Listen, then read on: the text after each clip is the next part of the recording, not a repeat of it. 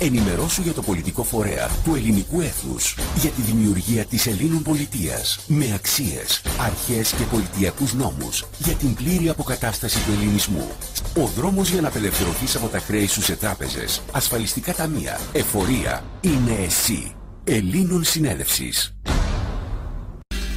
Έχουμε συνδεθεί ήδη με τη Χαλκίδα. Είναι κοντά μας τηλεφωνικός η κυρία Αθανασία Γεωργασοπούλου, δικηγόρος, γνωστή δικηγόρος της Χαλκίδος και της γενικότερα της περιοχής και των Αθηνών. Κυρία Γεωργασοπούλου, καλημέρα, τι κάνετε? Καλημέρα κύριε Καντήρη, καλημέρα.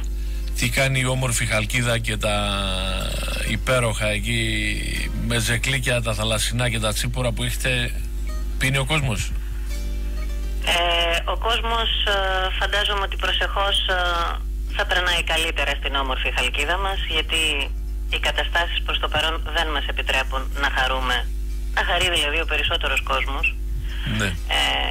Τα όσα τέλος πάντων με τα όσα συμβαίνουν είναι λίγο δύσκολο να απολαύσει κανείς και το τοπίο. Προσεχώς καλύτερα όμως για όλους μας. Προσεχώς καλύτερα άμα σηκωθεί από τον καναπέ και επαναστατήσει. Άμα κάτσει όπως κάνει τώρα και δεν μιλάει και ό,τι αποφασίζουν του τα εφαρμόζουν, πώς θα περάσει καλύτερα, έτσι δεν είναι? Άμα δεν κλάψει το παιδί, συμφωνώ, δεν το δίνει η μάνα να φάει. Συμφωνώ, γι' αυτό το λόγο υπάρχει και η Ελλήνων Συνέλευσης. Τόσο οι μη κερδοσκοπικές μη κυβερνητικές οργανώσεις όσο και ο Εθνικός Πολιτικός Φορέας, γιατί ακριβώς μαζευόμαστε οι ελεύθεροι, ενεργοί, ενωμένοι Έλληνες και προσπαθούμε να διεκδικήσουμε και θα τα καταφέρουμε τα όσα μας ανήκουν, γιατί αυτό που ζούμε σήμερα στην πατρίδα μας είναι πραγματικά ένα θέατρο του παραλόγου, θα έλεγα, και πιστεύω ότι οποιοσδήποτε σόφρον και νοήμων Έλληνα άνθρωπος το έχει αντιληφθεί. Ναι. Έχετε την καλοσύνη παρακαλώ να μας πείτε δύο λόγια για αυτή την όμορφη κατάσταση που κάνετε ανά τη χώρα? Προσπαθείτε να συγκεντρώσετε τους Έλληνες, δεν κάνετε τίποτα άλλο. Προσπαθείτε να συγκεντρώσετε τους Έλληνες, να τους ενημερώσετε για τα δικαιώματά τους και για το ότι δεν πρέπει να εγκαταλευτεί αυτός ο τόπος, έτσι δεν είναι? Αυτό ακριβώς κύριε Καντήρη. Εμείς στην Ελλήνων Συνέλευσης έχουμε δημιουργήσει δύο παράλληλες λεωφόρους. Η μία είναι τα κατατόπους γραφεία της Ελλήνων Συνέλευσης που δρούν ανά Καποδιστριακό Δήμο, και η άλλη λεωφόρος είναι η λεωφόρος του Εθνικού Πολιτικού Φορέα, που δεν είναι τίποτα άλλο παρά ο μηχανισμός ο οποίος θα οδηγήσει εμάς τους Έλληνες στην Ελλήνων πολιτεία με απόλυτα καταστατικό και συντεταγμένο τρόπο. Η σκοπή μας δεν είναι παρά η αξιοποίηση καταρχήν των χρηματοοικονομικών εργαλείων που μας προσέφερε και κλείδωσε υπέρ του ελληνισμού ο Αρτέμις Σόρας, και από εκεί και μετά διαδοχικά και αμέσως μετά την αξιοποίηση τέλος πάντων των χρηματοοικονομικών εργαλείων του Αρτέμι του Σόρα, ένα σωρό από σκοπούς που αποσκοπούν πραγματικά στην εγκαθίδρυση της Ελλήνων πολιτείας μέσα από μια αειφόρο ανάπτυξη, διότι εμείς εδώ διαθέτουμε και τα χρηματοοικονομικά εργαλεία και το καταστατικό, έχουμε και τις ψυχές, άρα έχουμε όλο το δυναμικό, έχουμε όλο εκείνο το σύστημα που πραγματικά μπορεί να λυγίσει το σημερινό απάνθρωπο καθεστώς που βιώνουμε στην Ελλάδα και παντού στην ανθρωπότητα βέβαια, έτσι. Ναι. Γιατί η Ελλάδα απλά είναι ένα πειραματόζωο για όλο τον πλανήτη. Παρακαλώ, έχετε την καλοσύνη να μου πείτε αυτά τα χρήματα που ο Αρτέμις έχει εκχωρήσει στους Έλληνες είναι ενταγμένα στην κάθε χρόνο στον απολογισμό του κράτους ή της Τράπεζας της Ελλάδος? Το ευχάριστο λοιπόν και το θαυμαστό της υπόθεσης, και αυτό στο οποίο θέλω οι ακροατές σας να δώσουν βάση, σημασία και ουσία, είναι ότι τα χρηματοοικονομικά εργαλεία του Αρτέμι Σόρα και της Ελλήνων Συνέλευσης δεν εντάσσονται σε καμία περίπτωση και είναι εντελώς ανεξάρτητα και απεγκλωβισμένα από τον μηχανισμό των μνημονίων και των εφαρμοστικών νόμων. Τα ΜΕΝ 600 δις έχουν κλειδωθεί υπέρ των Ελλήνων πολιτών και φυλάσσονται σε λογαριασμό θεματοφυλακής σε τράπεζα του εξωτερικού. Έχουν επιβεβαιωθεί με τον πλέον νόμιμο τρόπο μέσω αμετάκλητης δικαστικής απόφασης της ελληνικής δικαιοσύνης.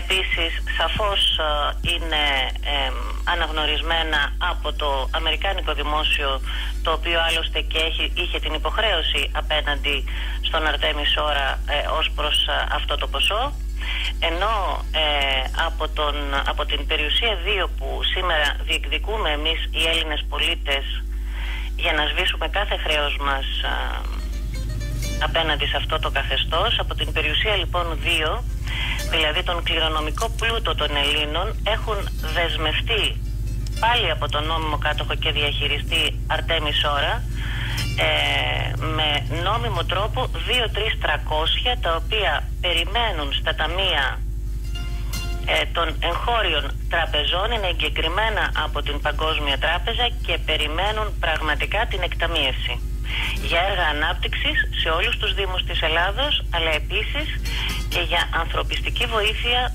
για το σβήσιμο των κόκκινων δανείων και για μια αειφόρο ανάπτυξη που θα αφορά και σε επίπεδο πολίτη και σε επίπεδο κοινωνίας και σε επίπεδο της Ελλήνων πολιτείας στο μέλλον. Πώς μπορεί να ξεκινήσει η εκταμείευση από αυτά, κυρία Γεωργασοπούλου? Κοιτάξτε, για την εκταμείευση καταρχήν των 2-3-300 μέχρι πρότινος περιμέναμε τις ελληνικές κυβερνήσεις να επιβλέψουν την διαδικασία που χρειαζόταν προκειμένου να εκταμιευθούν αυτά τα χρήματα, γιατί αυτά τα χρήματα μπορούν να εκταμιευθούν μόνο από νομικό πρόσωπο δημοσίου δικαίου, που νομικό πρόσωπο δημοσίου δικαίου είναι καταρχήν το ίδιο το κράτος, και νομικό πρόσωπο δημοσίου δικαίου είναι επίσης οι δήμοι με βάση τον νόμο του Καλλικράτη, με απόλυτη αυτοτέλεια διοικητική και οικονομική. Επειδή λοιπόν μέχρι σήμερα επανειλημμένα εδώ και 3 χρόνια ο Αρτέμις Σόρας είχε κάνει όλες τις απαραίτητες ενέργειες προκειμένου να καλέσει τις κυβερνήσεις για τον συντονισμό και την εκταμείευση αυτών των χρημάτων, και οι κυβερνήσεις εκόφευαν και αντιθέτως μας πήγαιναν σε όλο και ένα επόμενο μνημόνιο, σήμερα ο Αρτέμις Σόρας είναι σε θέση, επειδή έχει στα χέρια του ένα ανέκλητο και με μεταθανάτιο ισχύ πληρεξούσιο από νομικό πρόσωπο δημοσίου δικαίου, δηλαδή από Δήμο όπου, όπως σας είπα και προηγουμένως, έχει την απόλυτη, την πλήρη αυτοτέλεια προκειμένου να λειτουργήσει ως κράτος εν κράτη. Σήμερα λοιπόν μπορεί με αυτό το ανέκλητο πληρεξούσιο ο νόμιμος κάτοχος και διαχειριστής αυτού του ποσού, που έχουν κλειδωθεί για την ανάπτυξη, όπως σας είπα, αλλά και το σβήσιμο των κόκκινων δανείων των Ελλήνων πολιτών και την ανθρωπιστική βοήθεια σε όλους τους Έλληνες πολίτες, αλλά και απανταχού της γης. Σήμερα λοιπόν ο Αρτέμις Σόρας είναι σε θέση αυτά τα χρήματα να τα κατεβάσει και μόνος του για όλη την Ελλάδα. Για όλη την επικράτεια, μάλιστα. Από αυτά να σας πω και με ποιο τρόπο έγινε αυτό, μπορώ να σας το πω. Όχι, δεν είναι νομικό θέμα αυτό. Εγώ ήθελα να ρωτήσω το κράτος δεν από αυτό. Δεν είναι καθόλου νομικό, συγγνώμη που διακόπτω. Πείτε μου, δεν είναι νομικό. Είναι μάλλον νομικό, αλλά εν πάση περιπτώσει είναι και πάρα πολύ ευκολονόητο να το καταλάβει ο Έλληνας πολίτης. Παρακαλώ, πείτε μας.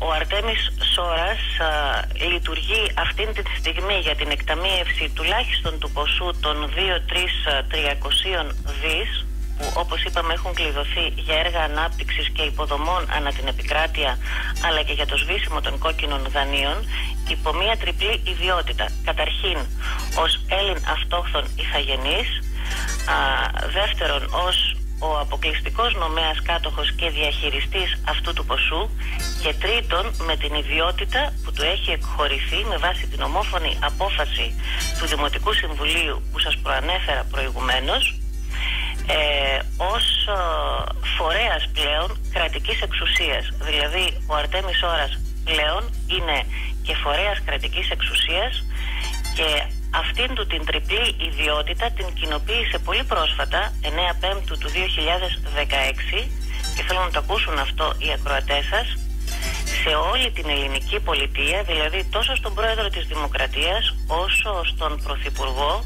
τον πρόεδρο της Βουλής των Ελλήνων, στον διοικητή της Τράπεζας της Ελλάδος, την κοινοποίησε στον εισαγγελέα και στον πρόεδρο του Αρείου Πάγου, και βεβαίως έχει αυτή η εξώδικη εντολή διαταγή. Επίσης προσπαθούμε να την κοινοποιήσουμε και στους εκπροσώπους της Τρόικας, αλλά μέχρι σήμερα δεν την βρίσκουμε. Με αυτό λοιπόν το εξώδικο ο Αρτέμις Ώρας επί της ουσίας διατάσσει το πολιτικό καθεστώς της χώρας να εισπράξει για λογαριασμό του ιδίου αλλά και για λογαριασμό των Ελλήνων πολιτών από τον κληρονομικό μας πλούτο κάθε βεβαιωμένη οφειλή που βαρύνει κάθε έναν εξημών στο φορολογικό μας μητρό. Σε περίπτωση που δεν εκτελέσουν την εντολή διαταγή του Αρτέμις Ώρα οι σημερινοί θεσμοί, είναι σε θέση ο ίδιος, επειδή σήμερα έχει την εξουσιοδότηση από το νομικό πρόσωπο δημοσίου δικαίου, δηλαδή από το Δήμο, και είναι φορέας κρατικής εξουσίας, να προχωρήσει ο ίδιος για λογαριασμό όλων ημών στην εκτέλεση αυτής της διαταγής. Άρα λοιπόν απάντηση λέω δεν υπάρχει από την πολιτεία, άρα προφανώς θα προχωρήσει ο ίδιος. Δεν υπάρχει καμία απάντηση από την ελληνική πολιτεία. Θα προχωρήσει ο ίδιος ή επίσης έχει το δικαίωμα με βάση το πληρεξούσιο με την μεταθανάτιο ισχύ που του έχει δοθεί από τον Δήμο που σας προανέφερα, με βάση την ομόφωνη απόφαση του Δημοτικού Συμβουλίου, να εξουσιοδοτήσει ο ίδιος τρίτα πρόσωπα προκειμένου αυτά αναδήμο και αναπεριοχή να προχωρήσουν στην εκταμίευση αυτού του ποσού τόσο για τον Δήμο των δικών τους όσο και για όσες άλλες περιοχές χρειαστούν. Άρα να περιμένετε πραγματικά πολύ όμορφα πράγματα, ότι θα έρθουν στο φως της δημοσιότητας και θα αρχίσουν να υλοποιούνται τις επόμενες ημέρες. Γι' αυτό εφιστούμε την προσοχή σε όλους τους Έλληνες πολίτες να έρθουν στα γραφεία της Ελλήνων Συνέλευσης να ενημερωθούν για αυτά τα θαυμαστά που θα ακολουθήσουν στην Ελλάδα μας τις προσεχείς ημέρες, εβδομάδες και μήνες. Μάλιστα. Δεν επικοινωνήσατε, λέτε, με την Τρόικα, δεν έχουν γραφεία προφανώς στην Ελλάδα και δεν επικοινωνήσετε με αυτούς. Τι να επικοινωνήσετε με αυτούς, τι να πάρουν αυτοί, δηλαδή να πάρουν το χρέος της Ελλάδος? Κοιτάξτε να δείτε, επί της ουσίας οι θεσμοί, όπως κάποιοι ονομάζουν τους εκπροσώπους της Τρόικας στην πατρίδα μας σήμερα, είναι αυτοί οι οποίοι πραγματικά κυβερνούν. Αυτοί λοιπόν οι οποίοι πραγματικά κυβερνούν, και ενώ θα έπρεπε να έχουν έδρα που είχαν μέχρι πρότινος στο Υπουργείο των Οικονομικών, σήμερα πραγματικά δεν βρίσκονται ουδείς είτε από το Υπουργείο Οικονομικών είτε από οποιαδήποτε άλλη υπηρεσία της ελληνικής κυβέρνησης είναι σε θέση να μας πούν πού εδρεύουν οι εκπρόσωποι της Τρόικας, δηλαδή ο εκπρόσωπος του Διεθνούς Νομισματικού Ταμείου, ο εκπρόσωπος της Ευρωπαϊκής Κεντρικής Τράπεζας και ο εκπρόσωπος της Ευρωπαϊκής Ένωσης. Είναι ανεπίτρεπτα πράγματα αυτά σε μια υποτίθεται ευνομούμενη πολιτεία. Είναι ανεπίτρεπτο μια χώρα να έχει εκχωρήσει, γιατί αυτό είναι πάρα πολύ σημαντικό που λέμε τώρα και δεν γνωρίζω αν το ξέρει ο κόσμος, την εθνική της κυριαρχία. Δηλαδή κάθε κυριαρχικό δικαίωμα που έχει στον πλούτο της, είτε στο έδαφος, είτε στο υπέδαφος, είτε στον αέρα, σε ξένους παράγοντες, εξωελληνικούς, εξωθεσμικούς, εξωκυβερνητικούς. Για 99 χρόνια. Για 99 χρόνια. Όπως πολύ σωστά είπατε, κύριε Γκαντήρη, με βάση το τελευταίο μνημόνιο, το μνημόνιο 4, που η αριστερή κυβέρνηση του Τσίπρα πέρασε με την σύμπραξη επί της ουσίας και όλων των υπολείπων κομμάτων μέσα στην Βουλή, φτιάχτηκε ένα υπερταμείο το οποίο θα αποτελείται από άλλα 3 ταμεία, και σε αυτά τα 3 ταμεία θα είναι μέσα το Ταμείο Χρηματοπιστωτικής Σταθερότητας, θα είναι μέσα το ΤΑΙΠΕΔ, θα είναι όλες οι ΔΕΚΟ, δηλαδή η ΔΕΗ, το νερό μας, η ΕΙΔΑΠ, και θα είναι και το ΕΤΑΔ, δηλαδή όλα τα ακίνητα του δημοσίου. Όλα τα ακίνητα, ναι. Και ακούστε τώρα, υποτίθεται ότι γίνεται αυτό, συστήνεται αυτό το υπερταμείο, το οποίο θα είναι στην διαχείριση ενός διοικητικού συμβουλίου που θα έχει πλήρη ασυλία, και επίσης οι αποφάσεις του θα εποπτεύονται από ένα υποπτικό συμβούλιο, στο οποίο μέλη θα είναι εκπρόσωποι του Ευρωπαϊκού Μηχανισμού Στήριξης. Και αυτό το υπερταμείο γίνεται όχι για να αποπληρωθεί, υποτίθεται, από την εκποίηση όλης της δημόσιας περιουσίας μόνο το μισό και αν δημόσιο χρέος της Ελλάδος, ενώ το υπόλοιπο μισό υποτίθεται ότι θα πηγαίνει στα ταμεία του Υπουργείου Οικονομικών για έργα ανάπτυξης. Να σας πω κάτι.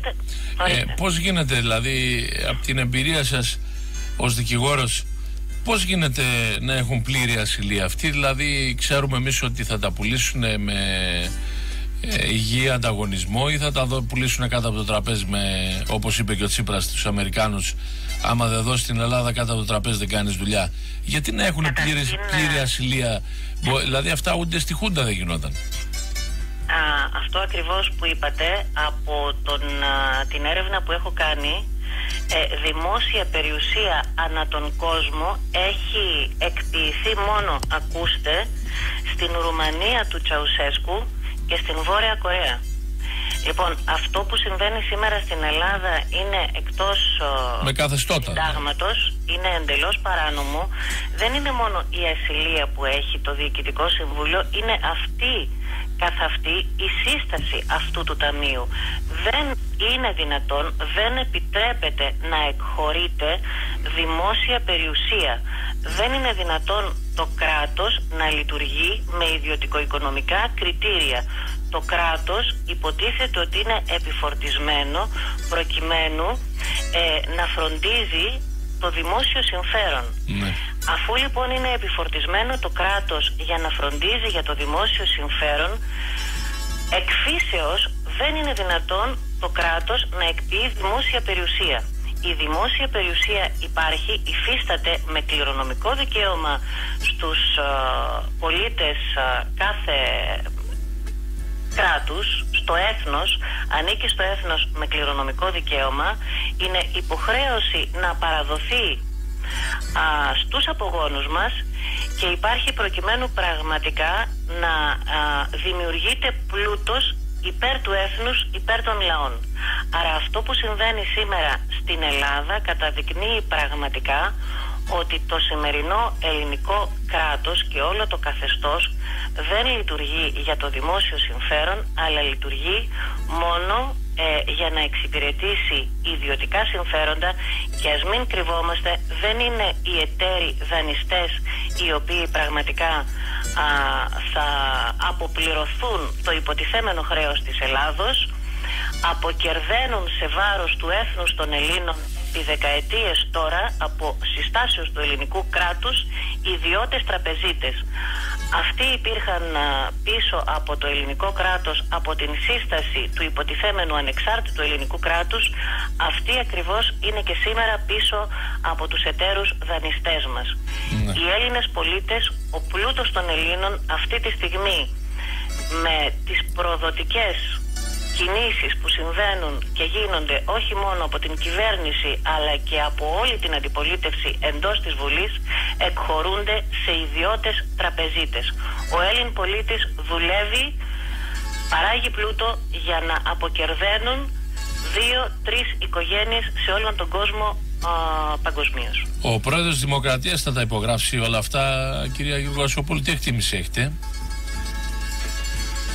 Ο πρόεδρος της Δημοκρατίας ούτως ή άλλως έχει αφαιθεί χωρίς πολύ, εν πάση περιπτώσει, ιδιαίτερα θα έλεγα κέριο ρόλο, αλλά να είστε σίγουρος ότι και ο πρόεδρος της Δημοκρατίας, που ακόμη κατά το Σύνταγμα, παρότι δεν μπορεί να διαλύσει την Βουλή, είναι όμως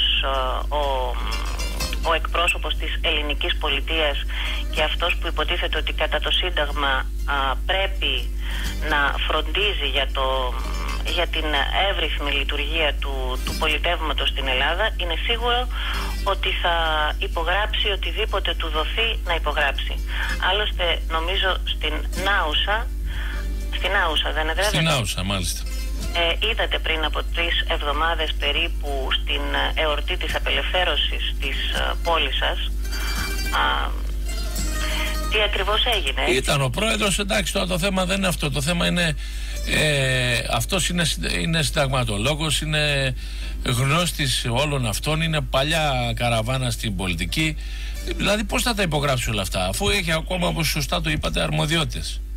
Κύριε Γκαντήρη, θα μου επιτρέψετε να πω ότι δεν είναι μόνο αυτός συνταγματολόγος, είναι συνταγματολόγος επίσης και ο Κατρούγκαλος, είναι επίσης συνταγματολόγος και ο Λοβέρδος, είναι επίσης συνταγματολόγος και ο Βενιζέλος. Αν και συνάδελφός τους, θα μου επιτρέψετε να πω ότι από αυτούς λοιπόν τους συνταγματολόγους το Σύνταγμα της Ελλάδος έχει γίνει ένα κουρελόχαρτο, ένα νομοθέτημα άνευ ουσίας, ένα νομοθέτημα που δεν σέβεται ούτε τα ατομικά ούτε τα κοινωνικά δικαιώματα των Ελλήνων πολιτών, και αυτό πραγματικά έχει στην ελληνική πολιτική σκηνή ενορχιστρωθεί από τους συνταγματολόγους πολιτικούς, που μερικοί εξ αυτών είναι αυτοί που σας ανέφερα, της κεντρικής πολιτικής σκηνής, αλλά δυστυχώς με την ανοχή και των λοιπών συνταγματολόγων, καθηγητών, σήμερα εν ενεργεία στα πανεπιστήμια της χώρας, όπου κανένας δεν έχει το σθένος να βγει και να μιλήσει για αυτή την κατάφορη παραβίαση των ανθρωπίνων δικαιωμάτων που συμβαίνει σε βάρος των Ελλήνων πολιτών και όλων των πολιτών, εάν θέλετε, παντού στον κόσμο. Γιατί αυτό που συμβαίνει σήμερα στην Ελλάδα δυστυχώς συμβαίνει και σε όλο τον πλανήτη, αλλού περισσότερο, αλλού λιγότερο. Η ανθρωπότητα βάλεται από συμφέροντα ιδιωτικά, με μόνο σκοπό το κέρδος. Έχει καταστεί ο άνθρωπος υποχείριο του χρήματος, ενώ το χρήμα υποτίθεται ότι συναισθήθη προκειμένου να εξυπηρετεί τον άνθρωπο. Πείτε μου κάτι άλλο, παρακαλώ. Η περίπτωση τώρα της δικαιοσύνης, την οποίαευθυνθήκατε εσείς, από ό,τι είδα ο Αρτέμις έχει στείλει και στην πρόεδρο του Αριουπάγου και στον εισαγγελέα του Αριουπάγου επιστολές, έχει στείλει εξώδικα, έχει στείλει, τους καλεί να πάρουν θέση. Αυτοί δεν διώκονται για παράβαση καθήκοντος σε περίπτωση που δεν πάρουν θέση? Ακούστε τώρα, στο Σύνταγμα της Ελλάδος προβλέπεται ότι οι δικαστές έχουν απόλυτη λειτουργική αυτοτέλεια. Διώκονται για πειθαρχικά αδικήματα, αλλά αν θέλετε ας δούμε τι υποχρέωση έχουν με βάση το Σύνταγμα οι σημερινοί δικαστές του ελληνικού κράτους. Η ηγεσία, λοιπόν, το άρθρο, ορίστε. Η ηγεσία των δικαστών.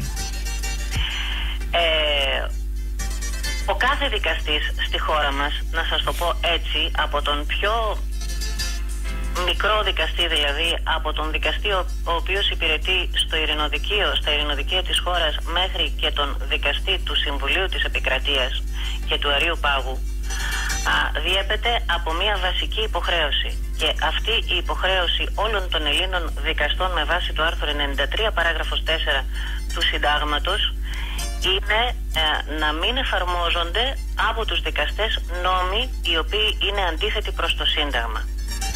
Σήμερα λοιπόν στην Ελλάδα, τουλάχιστον τα τελευταία 6 χρόνια, από τότε δηλαδή που παράνομα η χώρα μας εισήλθε στα μνημόνια, οι δικαστές εφαρμόζουν κυρίως και αποδίδουν δικαιοσύνη εντός εισαγωγικών με βάση μόνο παράνομους και αντισυνταγματικούς νόμους. Εγώ λοιπόν περιμένω έστω και αυτή τη στιγμή τόσο από τον πιο μικρό όσο και από τον πιο υψηλά ιστάμενο στην δικαιοσύνη Έλληνα δικαστή να ορθώσει το ανάστημά του, να αντιληφθεί ότι εκ του λειτουργικού του ρόλου και του θεσμικού του ρόλου είναι υποχρεωμένος να σέβεται καταρχήν τον άνθρωπο, τον Έλληνα, τον κυρίαρχο λαό, δηλαδή όλους εμάς. Ωραία, μέχρι τώρα να σας πω κάτι, σας διακόπτω, με συγχωρείτε, αλλά επειδή μέχρι τώρα είδαμε ότι κανένας δικαστής δεν συγκινήθηκε από αυτού, παρότι παραβιάζεται το Σύνταγμα, τα τελευταία 6 χρόνια που ορθώς το είπατε κι εσείς. Εδώ τώρα έχουμε ένα συγκεκριμένο θέμα, το θέμα το δικό σας. Τι γίνεται αφού η επίσημη πολιτεία δεν σας απαντά μέχρι τώρα? Προσπαθεί ο Αρτέμις τόσα χρόνια να ενημερώσει και τη δικαιοσύνη και τους Έλληνες ότι εδώ υπάρχουν λεφτά. Αφού υπάρχουν λεφτά, για ποιο λόγο να μην τα πάρει το κράτος, να μην ξεχρεώσουμε και να μην ξεκινήσουμε την ανάπτυξη από την αρχή? Κύριε Καντήρη, να είστε σίγουρος ότι θα επακολουθήσουν πολύ συγκεκριμένες και στοχευμένες κινήσεις τόσο από συγκεκριμένους πολίτες ανά την Ελλάδα, όσο και από τις Ελλήνων συνελεύσεις ανά Δήμο, όπου πραγματικά δεν θέλω ακριβώς να σας πω τι έχει σχεδιαστεί να γίνει, αλλά πραγματικά η δικαιοσύνη θα αναγκαστεί πολύ σύντομα να λάβει θέση. Να λάβει θέση είτε υπέρ του Έλληνα πολίτη, είτε υπέρ του καθεστώτος. Να είστε σίγουρος ότι αυτή τη στιγμή και εδώ και πολλά χρόνια η Ελλήνων Συνέλευση λειτουργεί με μία στρατηγική, με μόνο γνώμονα την εξυπηρέτηση του συμφέροντος των Ελλήνων, και πολύ σύντομα θα αντιληφθούν όλοι οι Έλληνες πολίτες, θα αντιληφθείτε όλοι τι ακριβώς εννοούμε. Γίνονται πάρα πολλές κινήσεις, όλες με στρατηγική, όλες στον κατάλληλο χρόνο και όλες στοχευμένα προς αυτούς που πρέπει ανά πάσα στιγμή. Για να δούμε, γιατί μέχρι τώρα δεν είδαμε κινήσεις. Προσπαθείτε να σας ρωτήσω ένα βασικό, δηλαδή στέλνετε ένα εξώδικο σε έναν έφορα στη Χαλκίδα για παράδειγμα, έτσι.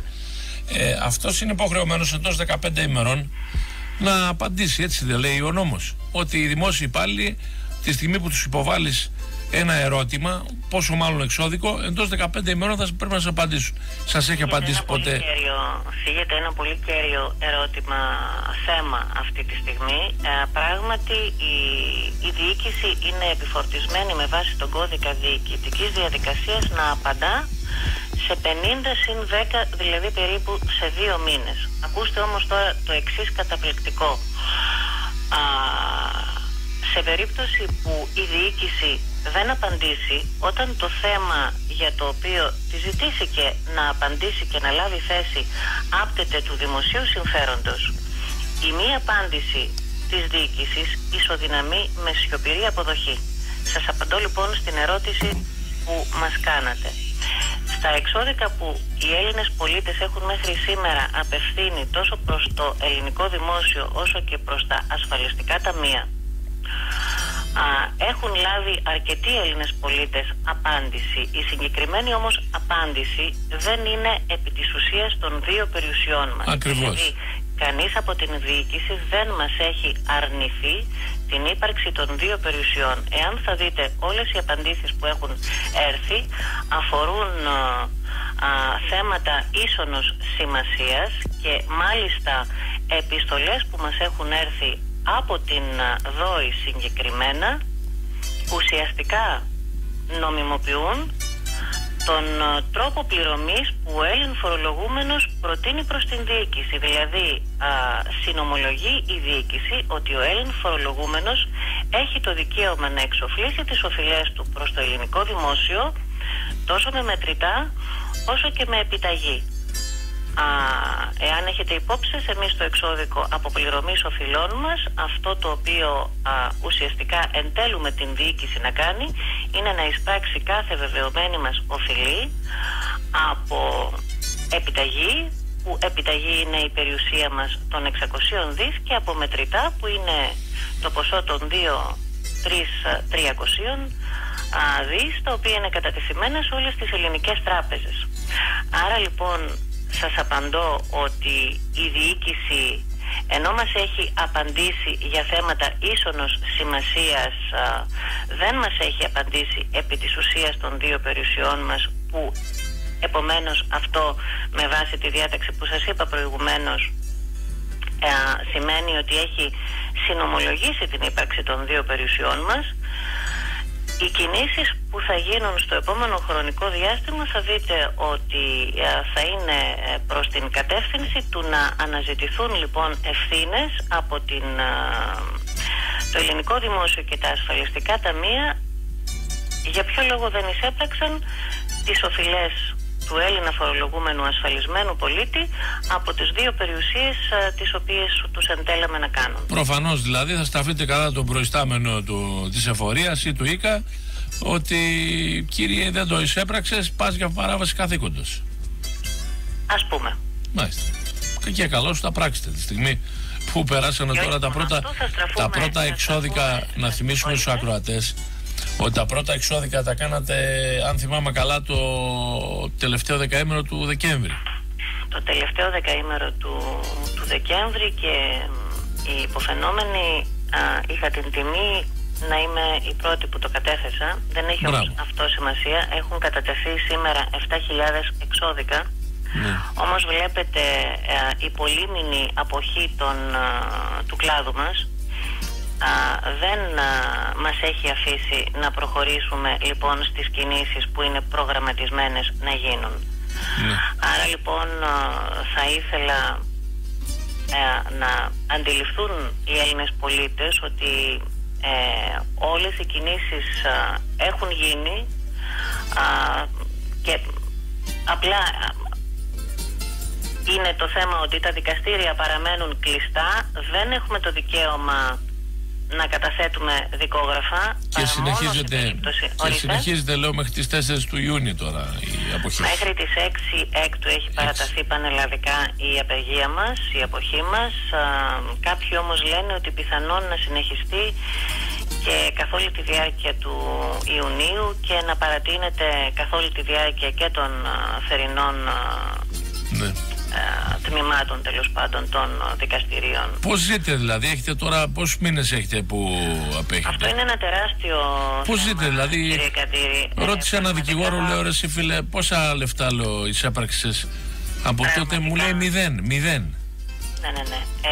Αυτό που λέτε είναι μια τεράστια αλήθεια. Ειλικρινά όλος ο κλάδος των δικηγόρων αυτή τη στιγμή βάλετε επί μήνες. Αλλά δεν βαλόμεθα μόνο εμείς ως προς το εισόδημά μας.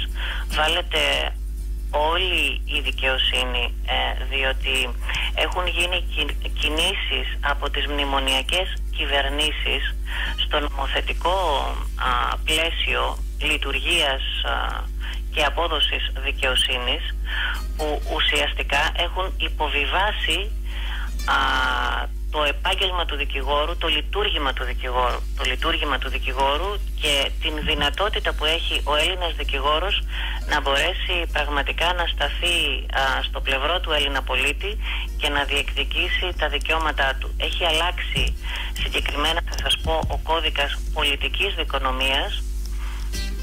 Μάλιστα, για να καταλάβετε πόσο ουσιαστικά συναυτουργεί στο ίδιο έγκλημα είναι η σημερινή με την προηγούμενη κυβέρνηση, θα σας πω ότι το νομοσχέδιο του σημερινού ισχύοντος κώδικα πολιτικής δικονομίας το είχε εισάγει προς ψήφιση η προηγούμενη κυβέρνηση Σαμαρά. Ο κλάδος μας τότε έκανε μια απεργία επίσης πολλών μηνών.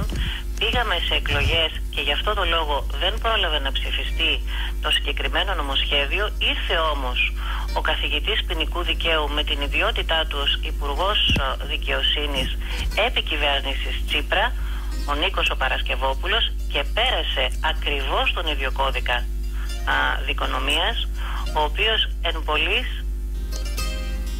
προστατεύει μόνο τα συμφέροντα των τραπεζών έναντι των Ελλήνων πολιτών δανειοληπτών.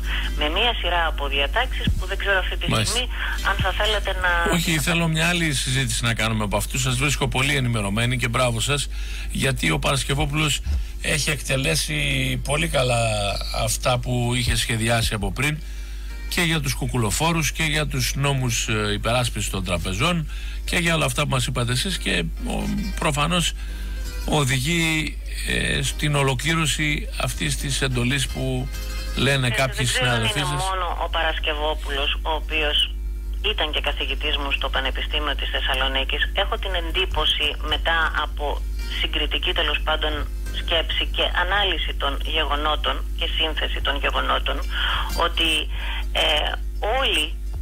όλες οι κυβερνήσεις, όλα τα κόμματα εντός της Βουλής λειτουργούν με μια απίστευτη συνέργεια. Έχω την εντύπωση δηλαδή ότι ο ένας παραλαμβάνει την σκητάλη από τον άλλον, αλλάζοντας απλά, υποτίθεται, ιδεολογικό μανδύα και χρωματικό μανδύα. Μόνο χρώμα, έχεις δίκιο. Μόνο χρώμα αλλάζει. Λοιπόν, να ολοκληρώσουμε και να πούμε ότι στα γραφεία Ελλήνων Συνέλευσης, αγαπητοί ακροατές, θα σας μεταδώσουμε τώρα μετά το τέλος της ομιλίας 2 μηνύματα που έχουμε. Ένα για το Θερμαϊκό, δηλαδή Περαία, Αγία Τριάδα, Μηχανιώνα και τα λοιπά, η περιοχή του αεροδρομίου δηλαδή της Θεσσαλονίκης, και ένα για την περιοχή Βέρεια, Νάουσα, Αλεξάνδρεια και τα λοιπά. Να ακούσετε τα τηλέφωνα, να γράψετε και να πάτε από εκεί να ενημερωθείτε από τους συνέλευσεις. Παρακαλώ, κυρία Γεωργασοπούλου, πριν κλείσουμε, θέλω να μου στείλετε ένα μήνυμα το οποίο παίρνετε από όλους τους Έλληνες. Εσείς μιλάτε και με τα γραφεία σε όλη την επικράτεια. Τι λένε οι Έλληνες, έρχονται κοντά σας? Το μήνυμα λοιπόν είναι πραγματικά της συσπήρωσης. Αντιλαμβάνομαι ότι οι συνέλληνές μας έχουν καταλάβει πια ποιους ακριβώς εξυπηρετούν τα κόμματα μέσα στη Βουλή. Έρχονται και μας αγκαλιάζουν παντού στην Ελλάδα. Θέλω λοιπόν να ενισχύσω πραγματικά και στους υπόλοιπους Έλληνες πολίτες αυτήν την αίσθηση και αυτήν την πραγματικότητα, και να τους πω ότι εμείς στην Ελλήνων πολιτεία θέλουμε ελεύθερα σκεφτόμενους ανθρώπους, να τους προτρέψω να μελετήσουν τις αποδείξεις που υπάρχουν για τα μέσα και τους τρόπους που η Ελλήνων πολιτεία θα καταφέρει να εγκαθιδρυθεί στο ελληνικό κράτος, και να ευχηθώ λοιπόν σε όλους τους Έλληνες πολίτες και σε εσάς προσεχώς καλύτερες ημέρες σε μια ελεύθερη πατρίδα, γιατί μας αξίζει. Ευχαριστούμε θερμότατα. Χαιρόμαστε να συνομιλούμε με καταρτισμένους ανθρώπους, με κυρίες όπως εσείς που αγωνίζεστε για την Ελλάδα, για τους Έλληνες και όχι για την τσέπη σας. Είναι πολύ σημαντικό, γιατί σήμερα αποδείχθηκε ότι οι βουλευτές ψηφίζουν με βασικό γνώμονα την τσέπη τους, κυρία Γεωργασοπούλου. Εμείς σας ευχαριστούμε, κύριε Γκαντήρη, που ως εκπρόσωπος των δημοσιογράφων πραγματικά αυτή τη στιγμή δείχνετε το δρόμο στους συναδέλφους σας, δείχνετε το δρόμο προς την αλήθεια και την αντικειμενική ενημέρωση των πολιτών, που αυτός άλλωστε είναι και ο πρωταρχικός ρόλος του λειτουργήματός σας. Μακάρι να μπορούσα να το δώσω αυτό το δρόμο, γιατί αυτό το συνάφι το δικό μας, όπως σωστά έλεγε ο Κακαουνάκης, ο χειρότερος έχει σκοτώσει τη μάνα του. Οπότε εσείς...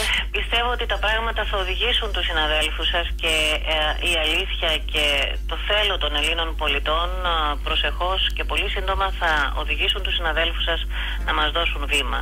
Γιατί στο μόνο στο οποίο υστερεί η Ελλήνων Συνέλευσης αυτή τη στιγμή είναι το γεγονός ότι τα συστημικά καθεστωτικά μέσα δεν μας δίνουν βήμα για να εκθέσουμε πραγματικά στους Έλληνες πολίτες την αλήθεια και την κοσμογονία, η οποία έχει ήδη τεθεί σε τροχιά και περιμένει πραγματικά εμάς τους Έλληνες να επιβιβαστούμε για την πραγματική αποβίβαση προς την ευδαιμονία. Και σας έχουν στημένους στη γωνία, να το ξέρετε αυτό.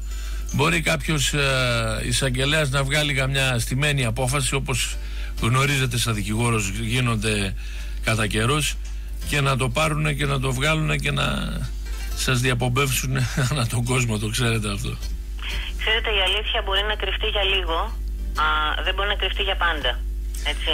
Είμαστε πραγματικά σε αυτό λοιπόν το κομβικό σημείο, όπου η αλήθεια δεν μπορεί να ακολουθήσει η αδίποτε άλλη διαδρομή παρά μόνο να λάμψει. Και θα λάμψει υπέρ όλων των Ελλήνων πολιτών και υπέρ του ελληνισμού πανταχού της γέας. Και αυτό που σας λέω το πιστεύω με απόλυτη συνείδηση. Γι' αυτό το λόγο είμαι ως δικηγόρος, είμαι ως Ελληνίδα πολίτης στρατευμένοι στον αγώνα της απελευθέρωσης της Ελλάδος μας. Ευχαριστώ θερμά για τη συνομιλία. Να ακούσουμε όλοι μαζί και τα μηνύματα αυτά από τα γραφεία Ελλήνων Συνέλευσης. Όλα εδώ πληρώνονται. Οριστικό ξεκραίωμα. Έλληνες, ήρθε η ώρα της οριστικής απελευθέρωσης από κάθε δημόσιο, εσωτερικό και εξωτερικό χρέος. Με τους βεβαιωμένους λογαριασμούς μας σταματάμε να πληρώνουμε νόμιμα, εφορία, ασφαλιστικά ταμεία, τράπεζες.